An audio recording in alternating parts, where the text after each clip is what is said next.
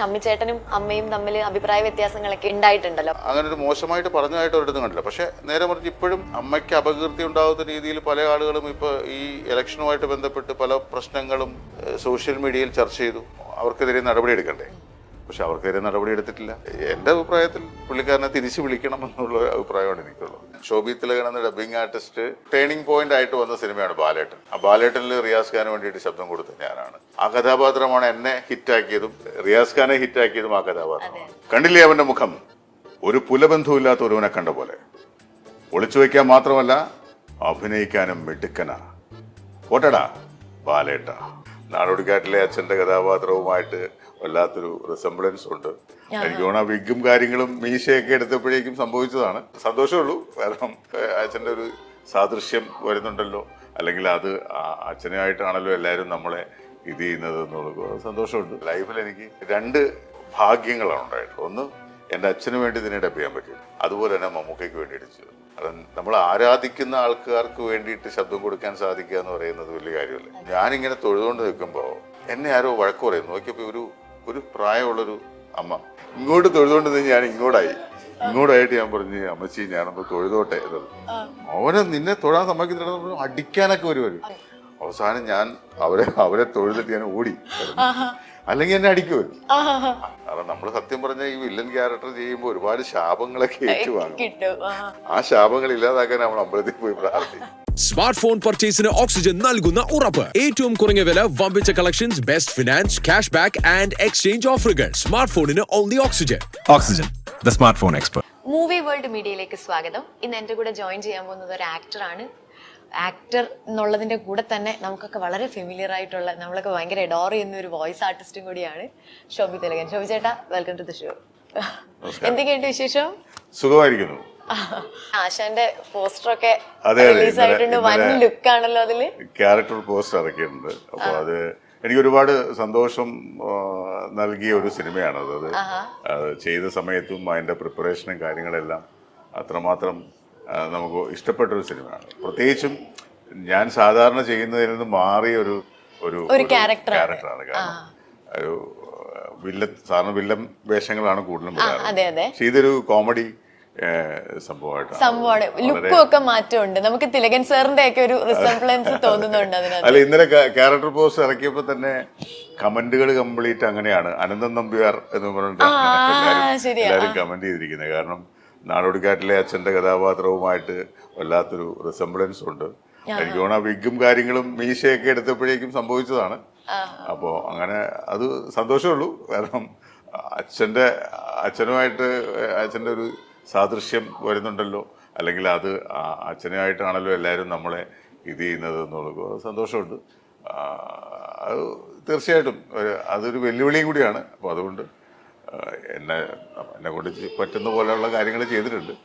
നല്ല സിനിമയാണ് കേട്ടോ. നല്ല നമുക്ക് എന്റർടൈൻ ചെയ്യാൻ പറ്റിയ സിനിമയാണ്. എല്ലാവർക്കും ചിരിക്കാൻ പറ്റിയ സിനിമയാണ്. ചേട്ടനിപ്പോ പറഞ്ഞല്ലോ അച്ഛനോട് സാദൃശ്യം തോന്നുന്ന ആൾക്കാർ പറയുന്നത് സന്തോഷം, അതിനോടൊപ്പം തന്നെ അതൊരു ചലഞ്ചും ആണെന്നാണ് പറയുന്നല്ലോ. അത് ചലഞ്ച് എങ്ങനെയാന്ന് വെച്ചാല് ആളുകൾ കമ്പയർ ചെയ്യും, അച്ഛനെയും എന്നെയും തമ്മിൽ കമ്പയർ ചെയ്യും. കാരണം കമ്പയർ ചെയ്യുമ്പോൾ സംഭവിക്കുന്നതെന്ന് വെച്ചാല് അച്ഛൻ ഏകദേശം 35 വർഷത്തോളം നാടകത്തിൽ അഭിനയിച്ച എക്സ്പീരിയൻസുമായിട്ട് സിനിമയിൽ വന്ന ഒരാളാണ്. ഇത്രയും മലയാള സിനിമയിൽ ഇത്രയും നല്ല നല്ല കഥാപാത്രങ്ങൾ അവതരിപ്പിച്ച ഒരാളാണ്. അദ്ദേഹത്തിൻ്റെ എക്സ്പീരിയൻസും എൻ്റെ എക്സ്പീരിയൻസും തമ്മിൽ വളരെ ഡിഫറൻസ് ഉണ്ട്. പിന്നെ തിലകൻ എന്ന് പറഞ്ഞാൽ തിലകനാണ്. ഒരു എന്താ പറയുക, നമുക്കതിന് പകരം വയ്ക്കാൻ വേറൊരാൾ വരുമെന്ന് എനിക്ക് വിശ്വാസമില്ല. എനിക്ക് പുള്ളിക്ക് പകരം വാങ്ങാൻ സാധിക്കുകയില്ല. കാരണം അത്രമാത്രം ഉയരങ്ങളിൽ നിൽക്കുന്ന ഒരാളാണ് എൻ്റെ അച്ഛൻ. അപ്പോൾ ആ അച്ഛനുമായിട്ട് എന്നെ കമ്പയർ ചെയ്യുമ്പോൾ സ്വാഭാവികമായിട്ടും അതിൻ്റെ തട്ട് താഴ്ന്നു നിൽക്കുന്നത്, അല്ലെങ്കിൽ അച്ഛൻ്റെ തട്ട് തന്നെയായിരിക്കും എപ്പോഴും താഴ്ന്നു നിൽക്കുന്നത്. അത് ഒരിക്കലും എനിക്കതിന് താഴോട്ട് പോകാൻ പറ്റില്ല. അല്ലെങ്കിൽ അതിൻ്റെ ഞാൻ തുലാസിൻ്റെ കാര്യം പറഞ്ഞു, അച്ഛൻ്റെ തട്ട് തന്നെ എപ്പോഴും താഴ്ന്നു നിൽക്കുള്ളൂ. ഇനി ഞാൻ മുകളിൽ തന്നെ നിൽക്കും. കാരണം പുള്ളിയായിട്ട് എനിക്ക് ഒരിക്കലും ബീറ്റ് ചെയ്യാൻ പറ്റില്ല. അത്രമാത്രം ജീനിയസ് ആണ് അദ്ദേഹം.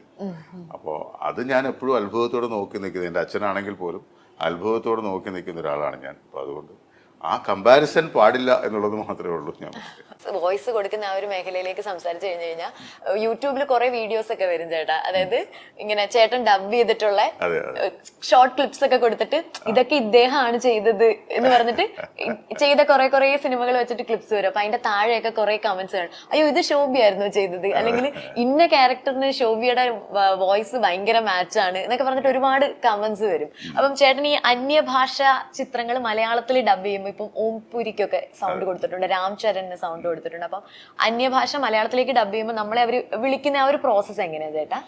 അല്ല, അത് സ്വാഭാവികമായിട്ട് ഇപ്പോൾ എനിക്ക് ഏറ്റവും കൂടുതൽ ഞാൻ ചെയ്തിട്ടുള്ളതെന്ന് പറയാൻ നമ്മുടെ സുദീപില്ലേ, സുദീപിന് വേണ്ടിയിട്ട് ഈച്ച പോലുള്ള സിനിമ ചെയ്തിട്ടുണ്ട്.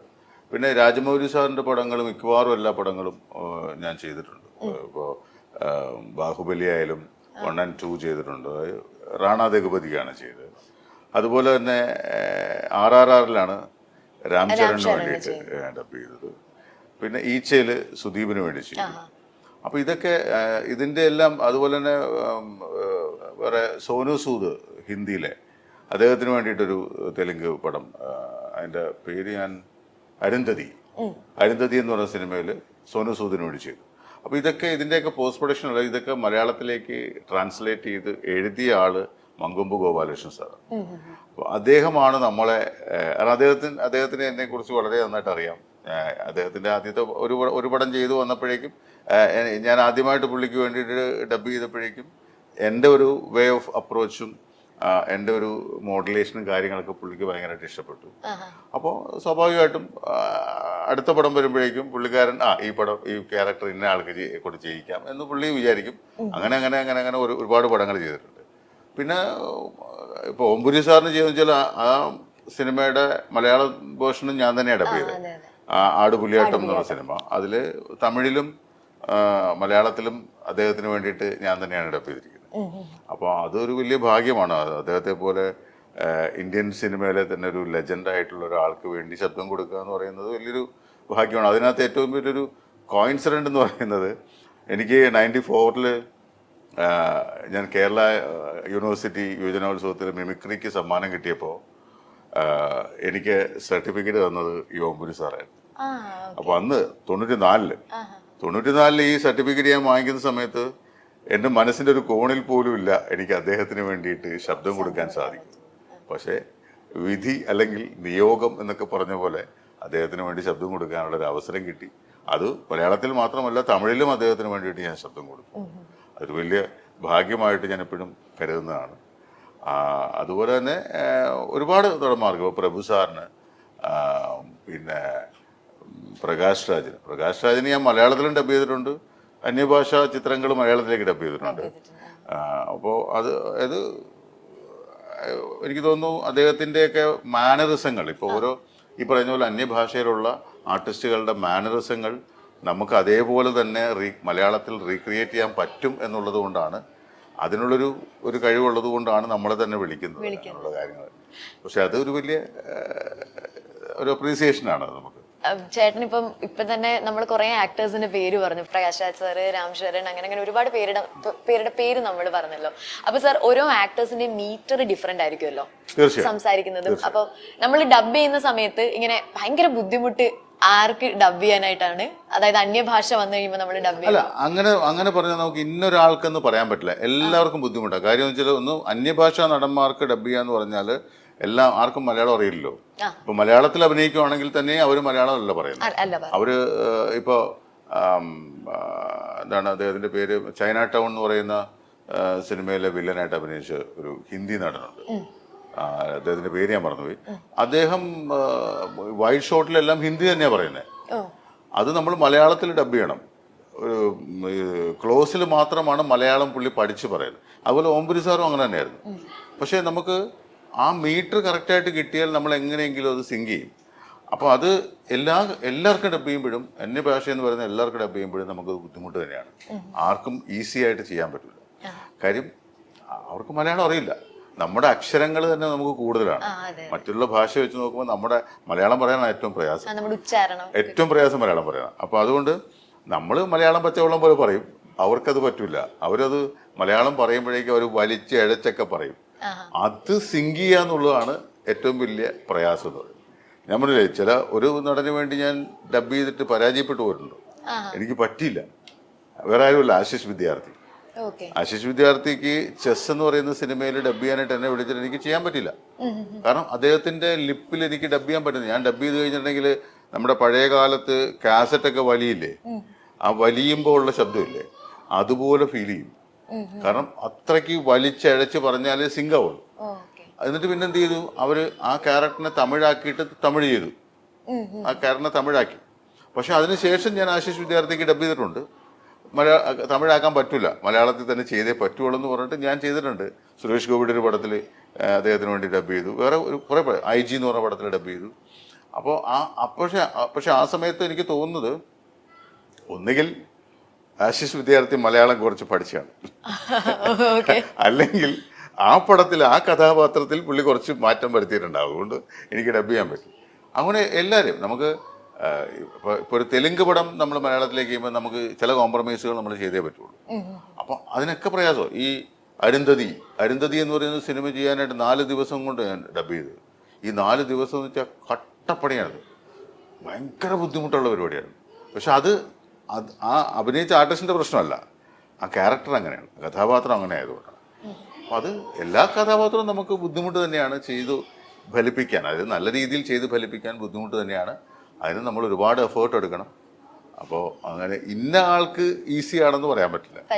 അപ്പം ചേട്ടൻ ചെയ്തതിൽ ചേട്ടൻ ഇങ്ങനെ ഭയങ്കര ഓക്കെ ആയിട്ട് തോന്നിയ ഒരു ആക്ടർ ഉണ്ടാവില്ല, അതായത് ചേട്ടന്റെ വോയിസുമായിട്ട് ശരിയായിട്ട് പോകും എന്ന് തോന്നിയ അങ്ങനെ ഒരു ആക്ടർ ഉണ്ടോ? എനിക്ക് നമ്മുടെ രഞ്ജിത്ത് എന്ന് പറയുന്ന തമിഴിലെ ഒരു ആർട്ടിസ്റ്റ്, കമന്റ്സിലൊക്കെ കിടക്കും. അതെ, നമ്മുടെ രാജമാണിക്യത്തിലെ വില്ലൻ, ചന്ദ്രോത്സവത്തിലെ വില്ലൻ, അദ്ദേഹത്തിന് മിക്കവാറും എല്ലാ സിനിമകളും ഞാൻ തന്നെ ഡബ് ചെയ്തു. അപ്പൊ എനിക്കത് ഭയങ്കര പുള്ളിക്കേട്ട്. അതുപോലെ തന്നെ റിയാസ് ഖാൻ. എനിക്ക് എൻ്റെ എന്താ പറയുക, ഞാൻ ശോഭി തിലകൻ എന്ന ഡബിങ് ആർട്ടിസ്റ്റ് എസ്റ്റാബ്ലിഷ് ചെയ്യാനായിട്ടുള്ള ഒരു എന്താ പറയുക, ഒരു ടേണിംഗ് പോയിന്റ് ആയിട്ട് വന്ന സിനിമയാണ് ബാലേട്ടൻ. ആ ബാലേട്ടനിൽ റിയാസ് ഖാന് വേണ്ടിയിട്ട് ശബ്ദം കൊടുത്തത് ഞാനാണ്. ആ കഥാപാത്രമാണ് എന്നെ ഹിറ്റാക്കിയതും ഒരുപക്ഷെ റിയാസ് ഖാനെ ഹിറ്റാക്കിയതും ആ കഥാപാത്രമാണ്. അപ്പോൾ അതുകൊണ്ട് എനിക്കെപ്പോഴും ഭയങ്കര ഇഷ്ടപ്പെടും. അപ്പോൾ ഞാൻ അദ്ദേഹത്തിന് വേണ്ടി ഒരുപാട് സിനിമകൾ ഡബ് ചെയ്തിട്ടുണ്ട്, റിയാസ് ഖാന്. എനിക്കതും പുള്ളിക്കും ഡബ് ചെയ്യാൻ വളരെ ഈസിയാണ്. കാരണം നമുക്ക് വഴങ്ങുന്ന ഒരു രീതിയില്ല. അതുപോലെ ഒരുപാട് പേരുണ്ട് അങ്ങനെ. പിന്നെ പറയാം, ഇപ്പോൾ ആശിഷ് വിദ്യാർത്ഥി, അദ്ദേഹത്തിന് ഒരുപാട് ക്യാരക്ടേഴ്സ് ചെയ്തിട്ടുണ്ട്. പിന്നെ പറയുകയാണെങ്കിൽ ഈ പ്രകാശ് രാജ് എനിക്ക് ഭയങ്കര ഇഷ്ടമാണ്. കാരണം എനിക്ക് ഭയങ്കര ഇഷ്ടമാണ് അദ്ദേഹത്തിൻ്റെ ആക്ടിങ്. എനിക്ക് ഇഷ്ടമാണ് അദ്ദേഹത്തിൻ്റെ മാനറിസങ്ങൾ, ഭയങ്കര ഇഷ്ടമാണ്. അതൊക്കെ നമ്മൾ വോയിസ്, ഒരിക്കലും വോയിസ് ഇമിറ്റേറ്റ് ചെയ്യാനല്ല നോക്കുന്നത്. നമ്മൾ നോക്കുന്നത് അയാളുടെ സ്റ്റൈലാണ്. നമ്മുടെ വോയിസ് തന്നെ ആ സ്റ്റൈലിലേക്ക് മാറ്റുമ്പോൾ ഒരു ഡിഫറൻസ് വരും.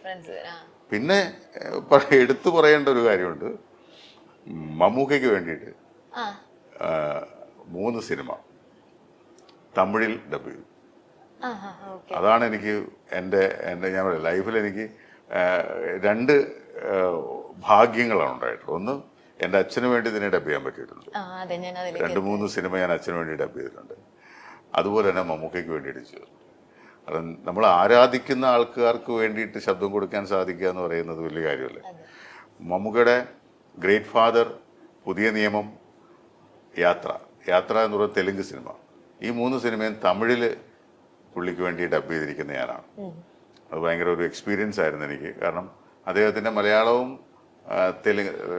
യാത്ര ചെയ്തപ്പോൾ തെലുങ്കും കേട്ടു, മലയാളവും കേട്ടിട്ടാണ് ഞാൻ തമിഴ് ചെയ്തത്. അപ്പോൾ പുള്ളിയുടെ മോഡുലേഷൻ തന്നെ പിടിച്ച് മാക്സിമം ചെയ്യാനായിട്ട് ഞാൻ ഒരിക്കലും വോയിസ് ഇമിറ്റേറ്റ് ചെയ്യും. പണ്ട് മിമിക്രി ചെയ്തിട്ടുണ്ടെങ്കിൽ ഇപ്പം മിമിക്രി ഒന്നും ഇല്ല, അതുകൊണ്ട് തന്നെ വോയിസ് ഇമിറ്റേറ്റ് ചെയ്തിട്ടില്ല, സ്റ്റൈലാണ് ഇമിറ്റേറ്റ് ചെയ്യുന്നത്. ഇത് കഴിഞ്ഞിട്ട് ഇല്ല, മമ്മൂക്കയുടെ ഇതുവരെ എനിക്ക് പറയാനുള്ള ധൈര്യം ഉണ്ടായിട്ടില്ല.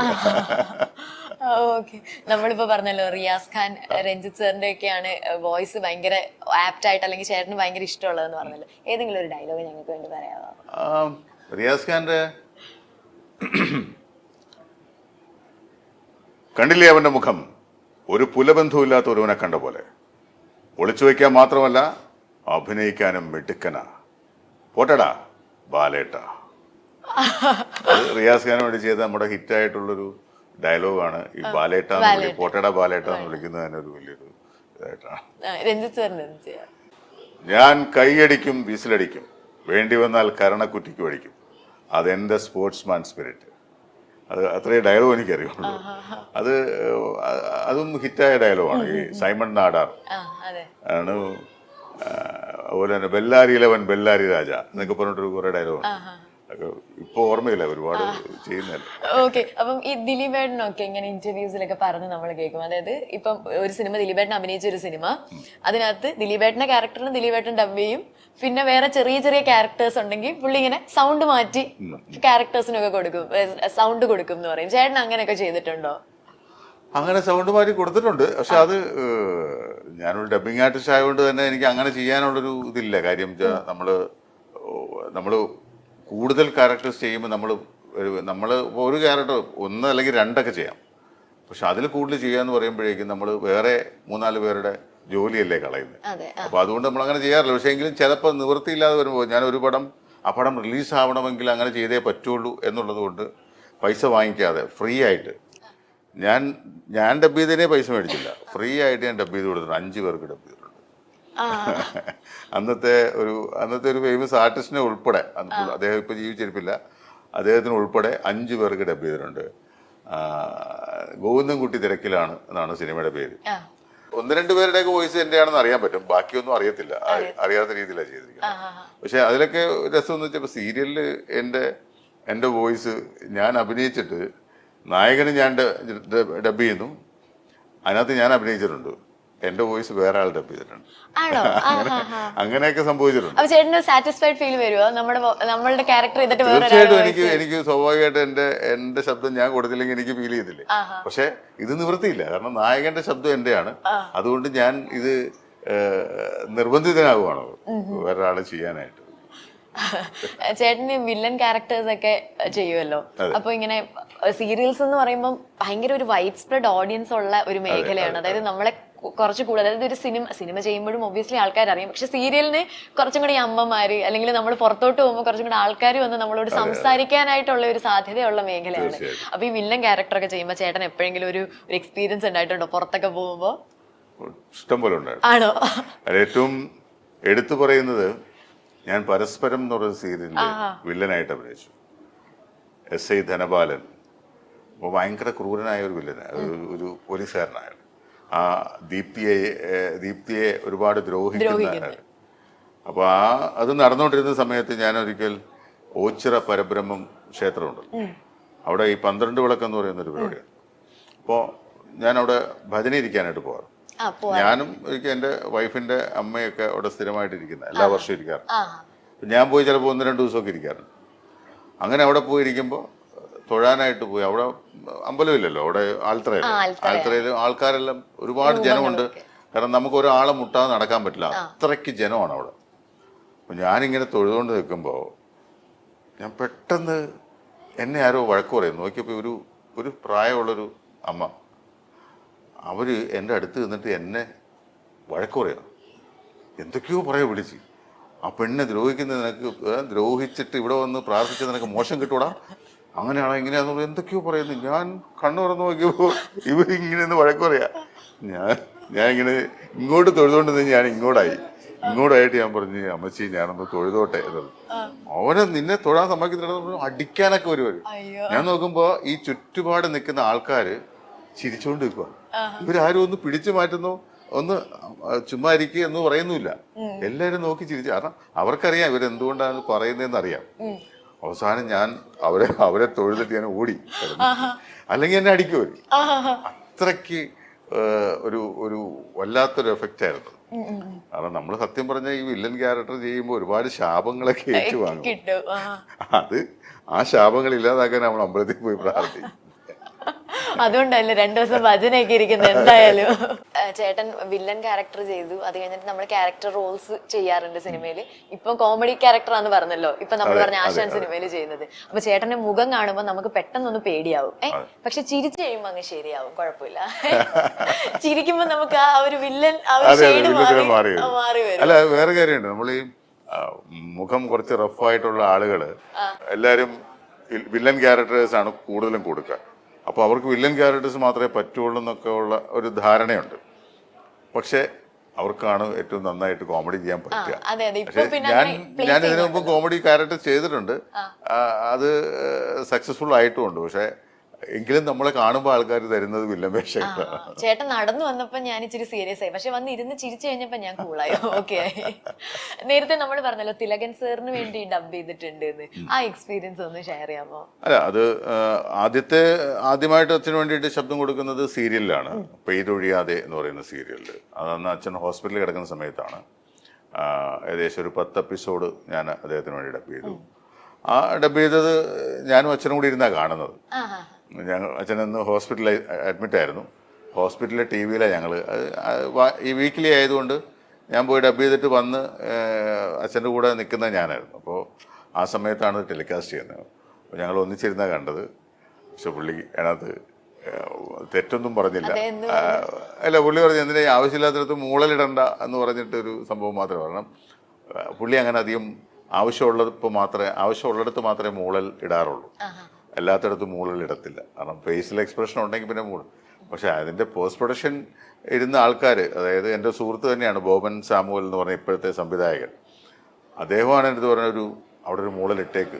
ഞാൻ പറഞ്ഞു വേണ്ട, ഇല്ല കുഴപ്പമില്ല, നമുക്കത് മിക്സിങ്ങിൽ കളയാം എന്നും പറഞ്ഞ് ഇട്ടതാണ്. പക്ഷെ അത് പുള്ളിയാകെ വെച്ച് വിട്ട് ഇത് കറക്റ്റായിട്ട് അച്ഛൻ അത് തന്നെ പിടിച്ചു.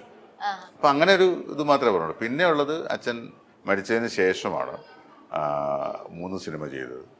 ഒന്ന് സീനൊന്ന് നമ്മുടെ വീട് എന്ന് പറഞ്ഞാൽ അച്ഛൻ അവസാനമായിട്ട് അഭിനയിച്ച സിനിമയും, പിന്നെ ഓഗസ്റ്റ് ക്ലബ് എന്ന് പറയുന്ന മുരളി ഗോപി റിമ കല്ലിങ്ങിലൊക്കെ അഭിനയിച്ച ഒരു സിനിമയുണ്ട്. അതിൽ ഞാൻ അദ്ദേഹത്തിന് വേണ്ടിയിട്ടൊരു പാട്ടും പാടിയിട്ടുണ്ട്. അച്ഛൻ പാടുന്ന പാട്ട് ഞാൻ പാടിയത്. പിന്നെ ഒരു തമിഴ് സിനിമ പുഴുതി എന്നാണ് പേര്. അതിൽ അച്ഛൻ അഭിനയിച്ച്, അച്ഛൻ മരിച്ചതിന് ശേഷമായിരുന്നു അതിൻ്റെ പോസ്റ്റ് പ്രൊഡക്ഷൻ വർക്കൊക്കെ ചെയ്തു. അങ്ങനെ തമിഴും ചെയ്തു. അങ്ങനെ 3 സിനിമ അച്ഛന് വേണ്ടിയിട്ട് ഡബ് ചെയ്തു. അതിൽ ഓഗസ്റ്റ് ക്ലബ്ബ് എനിക്ക് ഭയങ്കര ഇഷ്ടപ്പെട്ടതാണ്. ഈ പാട്ടുമൊക്കെ പാടി അങ്ങനെ ഒരു രസകരമായിട്ട് പോകുന്നത്. നമ്മളിപ്പം ആത്മയുടെ ആഘോഷത്തിന്റെ ഭാഗമായിട്ടാണല്ലോ ഇവിടെ ഇരിക്കുന്നത്. അപ്പം ചേട്ടൻ ആത്മയിൽ എങ്ങനെയാ, ഭയങ്കര ആക്റ്റീവ് ആയിട്ടുള്ള ഒരു മെമ്പർ ആണോ? ഞാൻ ആത്മയിലെ എക്സിക്യൂട്ടീവ് കമ്മിറ്റി മെമ്പർ. ഓക്കെ. അപ്പം ആത്മ ഒരുപാട് പ്രവർത്തനങ്ങൾ ഇപ്പം ചെയ്യുന്നുണ്ട്. തീർച്ചയായിട്ടും ഇപ്രാവശ്യവും നമ്മളോട് സംസാരിച്ച ആൾക്കാർ ഇൻഷുറൻസിന്റെ കാര്യം പറയുന്നുണ്ടായിരുന്നു, അങ്ങനെ ഒരുപാട് പ്രവർത്തനങ്ങൾ പറയുന്നുണ്ടായിരുന്നു. അപ്പോ ഇനിയും എന്തൊക്കെ കാര്യങ്ങളാണ് നിങ്ങൾക്ക് ചെയ്യാൻ ആഗ്രഹം? അല്ല, നമ്മൾ ഈ സീരിയൽ മേഖല എന്ന് പറയുമ്പോൾ തന്നെ നമുക്ക് ഒരുപാട്, പ്രത്യേകിച്ചും സ്ത്രീകളുണ്ട്, അതുപോലെ തന്നെ എല്ലാവരും ഈ രാവിലെ തൊട്ട് വൈകുന്നേരം വരെ വർക്ക് ചെയ്തിട്ട് ജീവിതം മുന്നോട്ട് കൊണ്ടുപോകാൻ വേണ്ടിയിട്ട് വളരെയധികം കഷ്ടപ്പെടുന്ന ആളുകളാണ് ഈ അഭിനയിക്കാൻ വരുന്നവരെല്ലാവരും തന്നെ. അപ്പോൾ അവർക്ക് കൃത്യമായ അവരുടെ ഒരുപാട്, നമ്മൾ ഈ രാവിലെ 7:30 മണി തൊട്ട് രാത്രി 9 വരെയൊക്കെ വർക്ക് ചെയ്യുമ്പോൾ നമുക്ക് നമ്മുടെ ആരോഗ്യം സംരക്ഷിക്കാനോ നമ്മുടെ ബാക്കി കാര്യങ്ങൾ നോക്കാനോ ഒന്നും സമയം കിട്ടത്തില്ല. കാരണം നമുക്കിത് ഡെയിലി ഡെയിലിയുള്ള സംഭവങ്ങളില്ല പൊയ്ക്കൊണ്ടിരിക്കുന്നില്ല. അപ്പോൾ ചെയ്തേ പറ്റുള്ളൂ. അപ്പോൾ അങ്ങനെയൊക്കെ വരുമ്പോൾ ഒരുപാട് ആരോഗ്യ പ്രശ്നങ്ങൾ ഈ മേഖലയിലുള്ളവർക്കുണ്ടാകും. അപ്പോൾ അതിനെ ഓവർകം ചെയ്യാൻ വേണ്ടിയിട്ട് നമ്മൾ ഒരുപാട് കാര്യങ്ങൾ ചെയ്തു. ഇപ്പോൾ ഇൻഷുറൻസ് ഏർപ്പെടുത്തിയിരിക്കുന്നതിന് അതിന് തന്നെയാണ്. പിന്നെ അംഗങ്ങൾക്ക് എന്ത് പ്രശ്നമുണ്ടെങ്കിലും അതിനു വേണ്ടിയുള്ള പരിഹാരങ്ങൾ, നമുക്ക് എന്തെങ്കിലും ഡിസ്പ്യൂട്ടുകളുണ്ടെങ്കിൽ പറഞ്ഞ പോലെ പ്രൊഡ്യൂസറുമായിട്ടോ സാമ്പത്തികമായിട്ടുള്ള കാര്യങ്ങളോ അതല്ലെങ്കിൽ വേറെന്തെങ്കിലും, ഇപ്പോൾ സ്ത്രീകളെ സംബന്ധിച്ച് സ്ത്രീകളോട് എന്തെങ്കിലും മോശമായിട്ട് എന്തെങ്കിലും ബിഹേവിങ്ങോ കാര്യങ്ങളോ ഉണ്ടായിട്ടുണ്ടെങ്കിൽ അതിനൊക്കെ എതിരെ നടപടിയെടുക്കാനും അതിനെ ചോദ്യം ചെയ്യാനും ഒക്കെ സംഘടന എപ്പോഴും ഈ പറയുന്ന നമ്മുടെ നടീനടന്മാരുടെ കൂടെയുണ്ട്. ഈ സംഘടനയിലെ അംഗത്വം എന്ന് പറയുന്നത് തന്നെ നമുക്കൊരു വലിയൊരു കോൺഫിഡൻസ് തരുന്ന കാര്യമാണ്. നമുക്ക് ധൈര്യമായിട്ട് പോയി വർക്ക് ചെയ്യാം എന്നുള്ളൊരു കോൺഫിഡൻസ് ഉണ്ട്. പ്രത്യേകിച്ചും ആത്മയുടെ തലപ്പത്തിരിക്കുന്നത് KB ഗണേഷ് കുമാർ എന്ന് പറയുന്ന വലിയൊരു ഒരു വ്യക്തിത്വമാണ്. അപ്പോൾ അദ്ദേഹം മന്ത്രിയായിട്ടിരിക്കുന്ന മേഖലകളിലെല്ലാം വളരെയധികം നല്ല രീതിയിൽ പ്രവർത്തനങ്ങൾ കാഴ്ച. KSRTC എന്ന് പറയുന്ന സ്ഥാപനത്തെ ഇത്രയും മനോഹരമാക്കിയ മന്ത്രി വേറെ ഉണ്ടായിട്ടില്ലെന്ന് വേണം പറയാനായിട്ട്. KB ഗണേഷ് കുമാർ വന്നതിന് ശേഷമാണ്. അദ്ദേഹം സിനിമാ മന്ത്രി ആയിരുന്ന സമയത്തും സിനിമയിൽ ഒരുപാട് നല്ല കാര്യങ്ങൾ ചെയ്തിട്ടുണ്ട്. അപ്പോൾ അത്തരം ഒരു നേതൃത്വത്തിലിരിക്കുന്ന ആൾ, ഇപ്പോൾ ദിനേശ് പണിക്കർ ജനറൽ സെക്രട്ടറി, അദ്ദേഹം ഈ പറഞ്ഞ പോലെ ഏത് സമയത്ത് വിളിച്ച് നമ്മൾ എന്തൊരു കാര്യം ചോദിച്ചാൽ അതിനെല്ലാം വ്യക്തമായ മറുപടികളും കാര്യങ്ങളൊക്കെ ഉണ്ടാവും. അങ്ങനെ ഇപ്പോൾ ഈ കമ്മിറ്റിയിലിരിക്കുന്ന എല്ലാവരും തന്നെ വളരെ നല്ല രീതിയിൽ ഈ സംഘടനയെ മുന്നോട്ട് കൊണ്ടുപോകാനും ഈ സംഘടനയുടെ നല്ല കാര്യങ്ങൾ അംഗങ്ങൾക്ക് വേണ്ടുന്ന, അംഗങ്ങളുടെ എന്താ പറയുക, അവരുടെ ആരോഗ്യ തൊഴിൽ സംരക്ഷണത്തിന് വേണ്ടി വരുന്ന എല്ലാ കാര്യങ്ങളും ചെയ്യാൻ സന്നദ്ധരായിട്ട് നിൽക്കുന്ന ആളുകളാണ്. തീർച്ചയായിട്ടും നമുക്ക് വളരെ അഭിമാനത്തോടെ പറയാം, ഞാൻ ആത്മ മെമ്പറാണ് എന്ന് അഭിമാനത്തോടെ പറയാൻ പറ്റുന്ന, അല്ലെങ്കിൽ ഞങ്ങൾക്ക് ആത്മയുണ്ട്, ഞങ്ങളുടെ കൂടെ ആത്മയുണ്ട് എന്ന് പറയാൻ പറ്റുന്ന ഒരു സംഘടനയായിട്ട് ഇന്ന് ആത്മ മാറിയിട്ടുണ്ട്. അതുകൊണ്ട് തന്നെയാണ് ഞാനും ഈ ഒരു സ്ഥാനത്ത് ഒരു എക്സിക്യൂട്ടീവ് കമ്മിറ്റി അംഗം എന്ന നിലയിൽ, ഞാൻ ഇതിനു മുമ്പ് ഒരു പ്രാവശ്യം ഇരുന്നിട്ടുണ്ട്. അത് കഴിഞ്ഞ് ഒരു 2 വർഷം ഗ്യാപ്പ് എടുത്തിട്ടാണ് ഇപ്പോൾ രണ്ടാമത് വീണ്ടും വന്നിരിക്കുന്നത്. ഇനിയും ഒരുപാട് നല്ല കാര്യങ്ങൾ ചെയ്യണമെന്ന് ആഗ്രഹമുണ്ട്. ഇതൊക്കെ ഈ പറയുന്ന ഇപ്പോൾ ഈ ആത്മഹർഷമൊക്കെ നടത്തുന്നതൊക്കെ ഈ സംഘടനയുടെ കെട്ടുറപ്പിന് വേണ്ടിയിട്ടും അതിൻ്റെ കാര്യങ്ങൾ ചെയ്യാൻ വേണ്ടിയിട്ടാണ്. ഇതെല്ലാം ഈ പറയുന്ന മെമ്പേഴ്സിനെല്ലാം ഭയങ്കര സന്തോഷം തരുന്ന കാര്യങ്ങൾ ചെയ്യാൻ വേണ്ടിയിട്ടുള്ള പദ്ധതികൾ ആവിഷ്കരിച്ചുകൊണ്ടിരിക്കുകയാണ്. ഓക്കെ, അമ്മയില് ചേട്ടൻ മെമ്പറാണോ? അമ്മയില് മെമ്പറാണ്. അപ്പം നമ്മുടെ ഷമ്മി ചേട്ടനും അമ്മയും തമ്മിൽ അഭിപ്രായ വ്യത്യാസങ്ങളൊക്കെ ഉണ്ടായിട്ടുണ്ടല്ലോ. അപ്പൊ അത് ചേട്ടനെ ഏതെങ്കിലും തരത്തിൽ അഫക്ട് ചെയ്തിട്ടുണ്ടോ? അല്ല, എന്നെ അഫക്റ്റ് ചെയ്തിട്ടൊന്നുമില്ല. പക്ഷേ ആ സമയത്ത് ഞാനുണ്ടായിരുന്നു. പക്ഷേ ഞാനതിനകത്ത് എനിക്കൊന്നും പറയാനുള്ള ഒരു ഇതില്ല. കാര്യം അത് പുള്ളിയും അമ്മയും തമ്മിലുള്ള പ്രശ്നം മാത്രമാണ്. അപ്പോൾ അതുകൊണ്ട് ഞാൻ അന്നേരം ജോയിൻ ചെയ്തിട്ടേ ഉള്ളായിരുന്നു. അപ്പോൾ എനിക്കതിനകത്ത് ഇതിനകത്ത് എന്തൊക്കെയാണ് പ്രശ്നങ്ങളെന്നൊന്നും എനിക്കറിയില്ലായിരുന്നു. എനിക്ക് തോന്നുന്നു ഞാൻ ആദ്യമായിട്ട് പങ്കെടുത്ത മീറ്റിങ്ങിൽ വെച്ചിട്ടാണ് ഈ പ്രശ്നം തുടങ്ങുന്നത്. അതായത് അതിന് മുമ്പേ പ്രശ്നങ്ങളുണ്ട്. പുള്ളിയെ പുറത്താക്കുന്ന രീതിയിലേക്കുള്ള കാര്യങ്ങൾ വന്നത് ആ മീറ്റിങ്ങിൽ. അപ്പോൾ അതുകൊണ്ട് എനിക്ക് അതിൻ്റെ ബാക്കി കാര്യങ്ങളൊന്നും എനിക്ക് അറിയാത്തത് കൊണ്ട് എനിക്ക് അതിനെക്കുറിച്ചൊന്നും പറയാൻ പറ്റിയില്ല. പക്ഷേ ഇപ്പോൾ കഴിഞ്ഞ മീറ്റിങ്ങിൽ പറഞ്ഞ പോലെ ഇലക്ഷൻ സമയത്ത് ചില കാര്യങ്ങളൊക്കെ സംസാരിച്ചപ്പോൾ പല ആളുകളും പറഞ്ഞ കൂട്ടത്തിൽ ഈ പറഞ്ഞ പോലെ ഷംജാനെ പുറത്താക്കിയത് എന്തിനാണ് എന്നുള്ളൊരു ചോദ്യം മാത്രമാണ് എനിക്കും ചോദിക്കാനുള്ളത്. കാരണം പുള്ളിയെ പുറത്താക്കിയത് പുള്ളി മീഡിയയോട് അമ്മയെക്കുറിച്ച് മോശമായി സംസാരിച്ചു എന്നുള്ളതിൻ്റെ പേരിലാണ് പുറത്താക്കിയത്. പക്ഷേ ഞാനൊരിടത്തും കണ്ടിട്ടില്ല അദ്ദേഹം അമ്മ സംഘടനയെക്കുറിച്ച് മോശമായിട്ട് ഒരിടത്തും പറഞ്ഞതായിട്ട് ഞാൻ കണ്ടിട്ടില്ല.